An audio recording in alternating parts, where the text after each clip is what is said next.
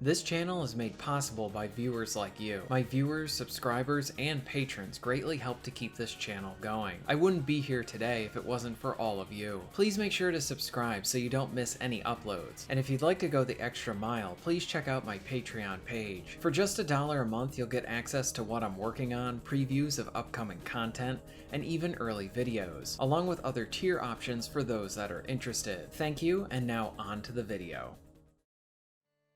Evil West is a breath of fresh air. In terms of its design, combat, and maybe even its story too, this feels like a throwback title, something you would see on the PS2 and 3, where many games are looking to grab all of your time with season-based content, live service designs, and bloated open worlds. Evil West takes on a different approach. The straightforward and even derivative setup for the levels helps this title to stand out compared to its competition. I miss the days of jumping in for a linear experience, maybe beating it twice and then returning back to it in a year or two. There's nothing wrong with a fun weekend rental type of a game, and even better when you can enjoy it with a friend. So let's dive into what Evil West has to offer.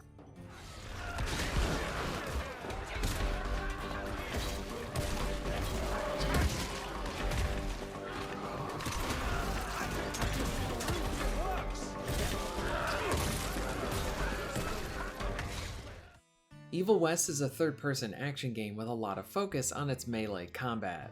You have a bunch of fun, simple moves that you can pull off. There's everything from rushing attacks to being able to juggle your opponent. My absolute favorite is being able to hit an enemy into the air and then punch him into something. Arenas are full of spikes and TNT that you can hit enemies into to cause a lot of damage. For defense, you have your roll, and considering how close the camera hugs your character, your roll is very useful for getting into a better position or reading where the enemies are coming from. You can kick at any time, and it's best used to cancel an enemy's attack. Both the sound effects and impact to your hits are satisfying. The melee provides the expected fleshy sounding thuds and smacks with a liberal use of violence. Blood is on the level of an early Sam Raimi movie, as each enemy is full of cherry pie waiting to explode.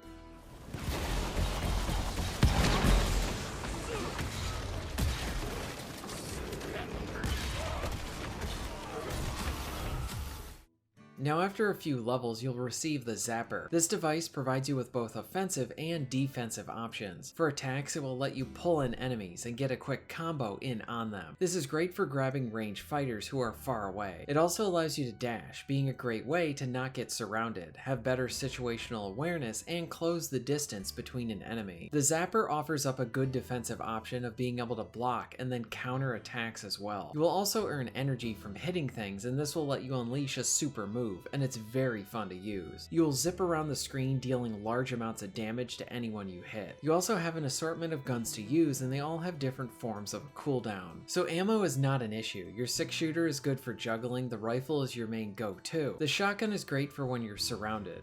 The crossbow can take the place of the rifle, but I didn't really use it much. The flamethrower is good for hitting many enemies at once, and the chain gun has a long cooldown, but it's very awesome.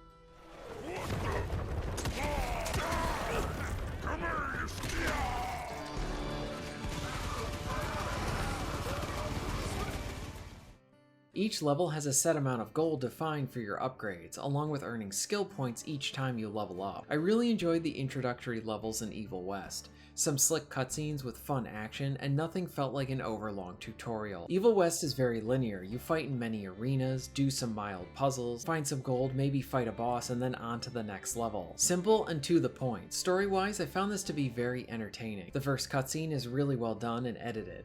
The overall story can feel like kind of a mess, but always enjoyable. There's some decent charm as well with the characters. I loved Harrow. He has some of the best lines in the game and honestly steals every scene he's in.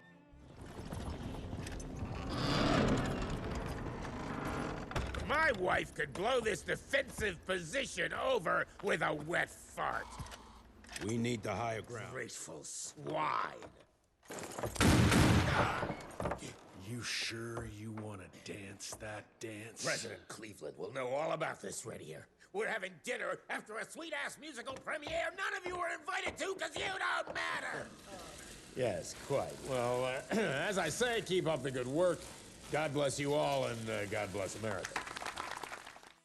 Now, Evil West is a fun title, but the longer I played, the more flaws I found. I had a bunch of rough spots where my co-op partner would be jumping all over the screen, some weapons not being shown in takedowns, and button prompts not coming up when in front of chests. Annoying stuff, but not horrible with these things. Now, something else that is worse when I tried to replay a level was that I would run into some issues. For example, I was in one arena and the enemies would not spawn in to continue the fight. Finally they did, and then I could proceed. In another case, the same thing would happen, but the enemies never spawned, so I had to quit. The replay level function seemed like it needed more testing. So co-op was advertised as a big part of the game, and I very much enjoyed the online co-op, but it also feels tacked on at points. For one, the button to revive a friend is the same as the dodge button, and during the chaos of the battles, it's very easy to just roll over your friend and then not revive them. Maybe it just could have been you staying close to your friend to get them back up. When you set up co-op, you cannot select a specific level you want to play. You can choose the difficulty, but not the level. This means that if I play when my friend is not with me,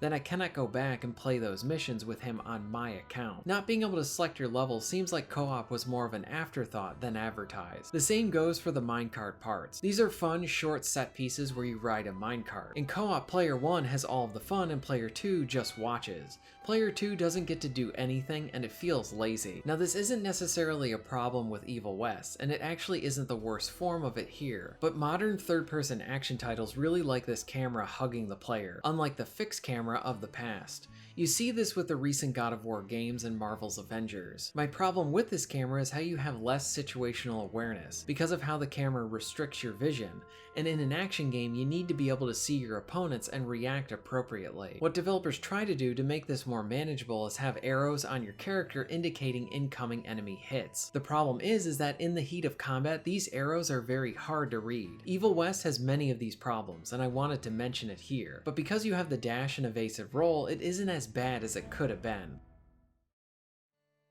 Now, the game does have balancing issues with enemies, and even more so in co-op. You will often fight a new mini-boss presented as a boss, and then they will pop up with normal enemies after that. There is an overuse of these spongy enemies as you keep going into the game, to the point where the fights can feel needlessly dragged out. These enemies need significantly less health, and in co-op everything scales for having 2 people, which is fine in theory, but here the enemies are extra spongy. What makes things even worse are the honeycomb bee-like enemies that shield others, including other mini-bosses, and you need to take out those bee enemies out first. These are used far too often in the second half of the game. My point with all of this is that the damage to health balancing needs more refinement to have a more consistent experience. If the developers want to incorporate more mini-bosses in fights, that's fine, but it shouldn't feel like a slog every time it happens. Because of the difficulty balancing and co-op balancing, you might experience less frustration in single player than I did, as I played most of the game in co-op. Evil West has a lot of flaws, but it's also very fun.